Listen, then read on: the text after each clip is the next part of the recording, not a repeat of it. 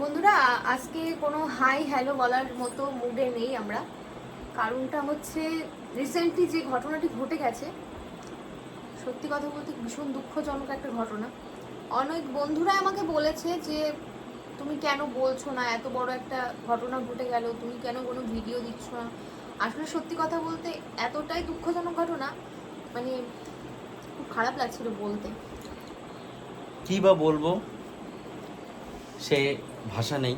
তো যাই হোক, আজকে সেই কারণে আমরা জমায়েত হচ্ছে আজকে বাতকুল্লা ধানহাটের মোড়ে। তো তোমরা ভিডিওটা আশা করছি স্কিপ না করে দেখতে থাকো। দোষীদের শাস্তি চাই, এটুকুনি বলবো। আমরা চাই শাস্তি, একদম আমরা চাই প্রতিবাদ, একদম। তো তোমরা সবাই জেগে ওঠো। আর এখন ঘড়িতে বাজে 11:30টার ওপরে, রাত 11:55 আমাদের সবার বেরোনোর কথা, এক জায়গায় জমায়েত হওয়ার কথা। আমি এখন বেরোচ্ছি, আর বেশি কথা বলছি না, সময় নিয়ে। আর আচ্ছা, তোমরাই বলো তো, মেয়েরা কি কখনোই স্বাধীনভাবে বেরোতে পারবে না? কখনোই কি রাত্রিবেলা বেরোলেই তাকে কথা শুনতে হবে মেয়েটির সাথে ধর্ষণ হয়েছে, মেয়েটির সাথে রেপ হয়েছে, কারণ সে রাত্রিবেলা কেন বেরিয়েছে? এই কথাগুলো কি সবসময় কি লেগেই থাকবে মেয়েদের সাথে? কই, একটা ছেলে যখন বাইরে বেরোয় তখন তো ব্যাপারটা সেরকম হয় না, বা তখন তো তাকে শুনতে হয় না যে এত রাত করে কেন একটা ছেলে বাড়ির বাইরে গেল। আমাদের স্বাধীন দেশের এই স্বাধীনতাটা কেন মেয়েদের নেই? আমি শুধু এইটুকুই সবার কাছে জানতে চাই। এমন একটা দেশে আমরা বাস করি যেখানে মেয়েদের কোনো সুরক্ষার ব্যবস্থা নেই, যেখানে একটা ডাক্তারের সাথে এরকম একটা ঘটনা ঘটতে পারে, সেখানে সাধারণ ঘরের মেয়ে আমরা, আমাদের তো কোনো কিছুই না, আমরা তো কিছুই না সেখানে।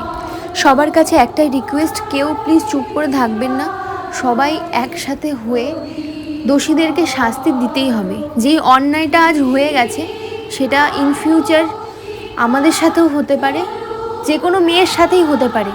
একজন ডাক্তারের সাথে এমন একটা ঘটনা ঘটে গেছে, সেখানে তো আমরা বললাম কিছুই না। তো আমাদেরকে দোষীদেরকে যে করে হোক শাস্তি দিতে হবেই।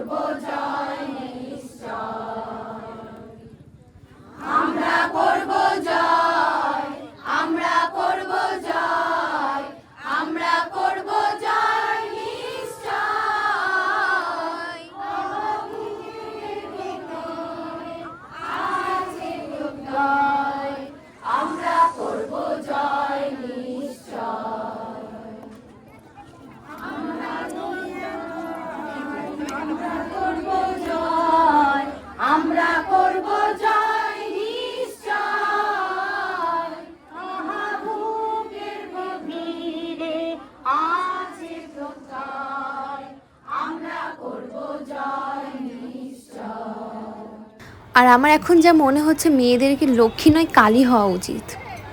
সত্যি মা কালী হওয়া উচিত। আজ মধ্যরাত্রে এত মেয়ে এখানে জমায়েত হবে, সত্যি ভাবতে পারিনি এত মেয়ে আসবে। তোমরা ভিডিওতে সবাই দেখলেই, এরকম সবাই হাতে হাত মিলিয়ে যদি আমরা এগিয়ে যাই, অবশ্যই কিছু না কিছু একটা ব্যবস্থা হবে। আজ কিন্তু এই রাত দখলে আমি একা যাইনি, আমার সাথে কিন্তু গেছিলেন আমার শাশুড়ি মাও, আমরা দুজন মিলেই গেছিলাম। এছাড়াও অনেক অনেক মানুষ এসেছিল।